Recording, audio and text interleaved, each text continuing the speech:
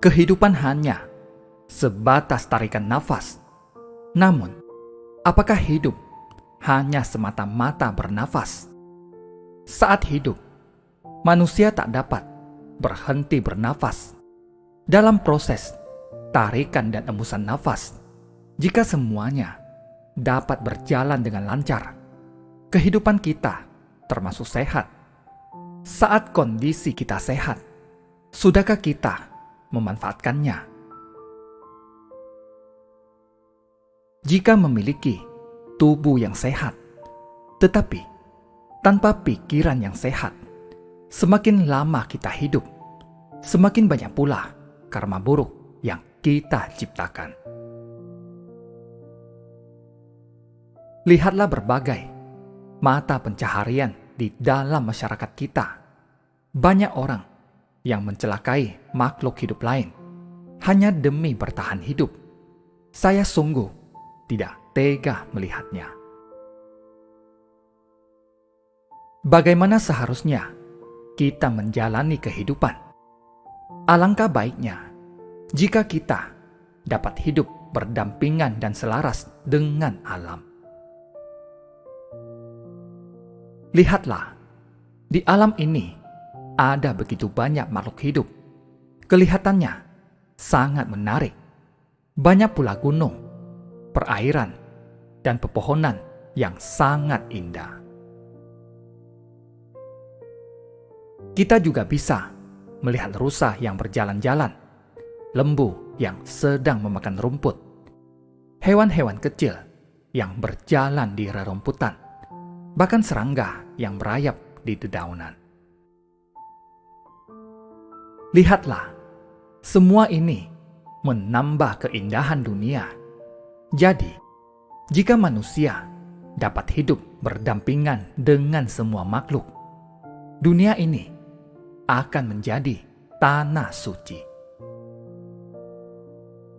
Di dalam Sutra Buddha ada sebuah kisah keluhuran seorang raja. Raja Payas memerintah Varanasi dengan kebajikan. Rakyatnya hidup dengan damai dan tentram. Segala bidang usaha mengalami kemajuan. Saat itu, ada negeri lain yang rajanya berkata kepada menterinya, "Alangkah baiknya jika aku bisa menaklukkan Varanasi." Beberapa menteri setuju dan berkata bahwa sangat mudah untuk menaklukkan Varanasi. Sebagian menteri berkata, tidak boleh. Meski ada dua kubu pendapat di antara para menteri, raja itu memutuskan untuk merebut Varanasi. Saat berita ini menyebar, rakyat Varanasi sangat ketakutan. Di dalam hatinya, Raja Payas bertanya-tanya, mengapa mereka ingin merebut Varanasi? Jika perang sampai terjadi, rakyat tentu akan banyak yang terluka. Seorang menteri memberi pendapat, kita harus bersiap untuk melawan. Raja Payas berpikir, untuk apa saling bermusuhan? Beliau memutuskan untuk meninggalkan kerajaannya dan meninggalkan sepucuk surat. Beliau berpesan kepada para menterinya agar mengutamakan keselamatan rakyat dan tidak boleh mengerahkan pasukan. Kemudian, Raja Payas pergi ke pegunungan dan melewati hari-hari yang tenang. Suatu hari, Raja Payas melihat seorang tua yang terlihat lapar dan kelelahan. Beliau bertanya kepada orang tua ini, "Anda terlihat lelah sekali. Dari mana Anda berasal?" Orang tua itu balik bertanya, "Maaf, "Berapa jauhkah Varanasi dari sini?" Raja Payas menjawab, "Masih belasan hari perjalanan." Orang tua ini berkata, "Apakah Raja Payas sekarang tentram dan sehat?" Beliau menjawab, "Dia baik-baik saja." Orang tua itu berkata, "Kalau begitu saya tenang. Saya ingin memohon kepada Raja Payas untuk membebaskan diriku dari kemiskinan." Raja Payas berpikir, saat beliau menjadi raja, beliau memiliki harta untuk membantu rakyat. Namun, kini beliau hanya memiliki tubuh saja. Beliau berpikir, jika terus hidup seperti itu, beliau tak dapat memberi manfaat bagi orang banyak. Beliau merasa itu adalah kesempatan. Jadi, beliau berkata kepada orang tua itu, "Akulah Raja Payas. Bawalah kepalaku ini ke hadapan raja yang baru. Dia pasti memberimu hadiah." "Tidak boleh," jawab orang tua itu. Raja Payas berkata, "Ini adalah keinginanku. Jika Anda tak mau bertindak, biar aku lakukan sendiri." Setelah selesai bicara, beliau mengambil pedang dan memenggal kepalanya sendiri. Orang tua itu sangat sedih. Dia lalu membungkus kepala Raja Payas dan pergi menuju ibu kota, lalu berkata kepada raja baru, "Aku ingin memberi yang mulia sebuah hadiah. Ini kepala Raja Payas."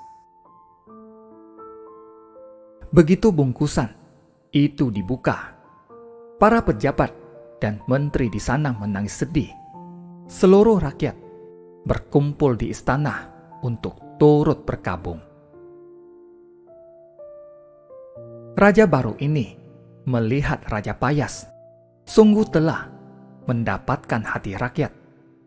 Dia menyadari kesalahannya dan meminta orang tua itu membawanya ke tempat Raja Payas dan memerintahkan untuk melapisi tubuh beliau dengan emas, perak, dan lilin.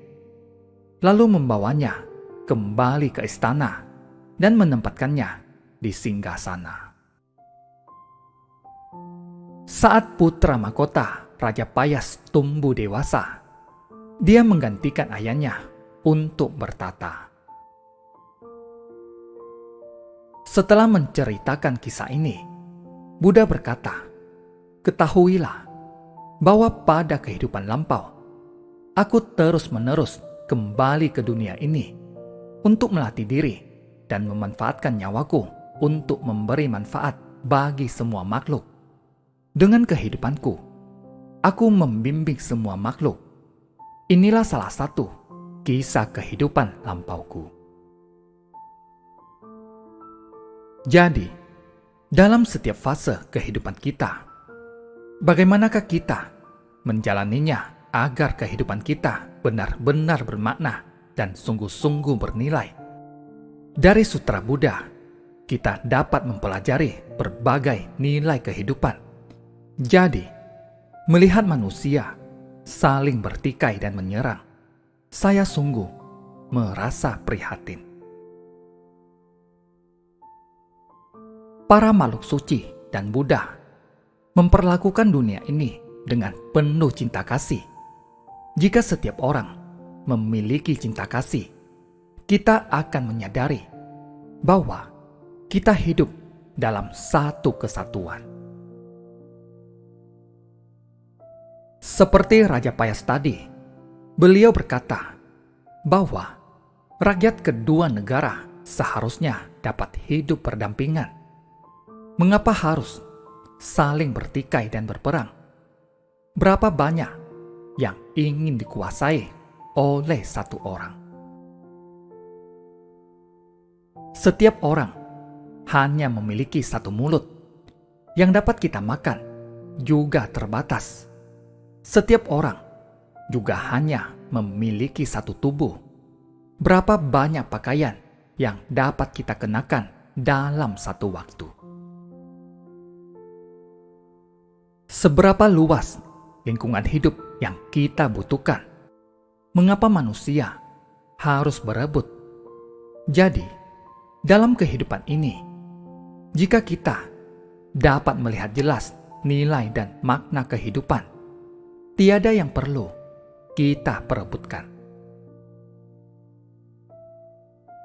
Hidup hanya sebatas tarikan nafas.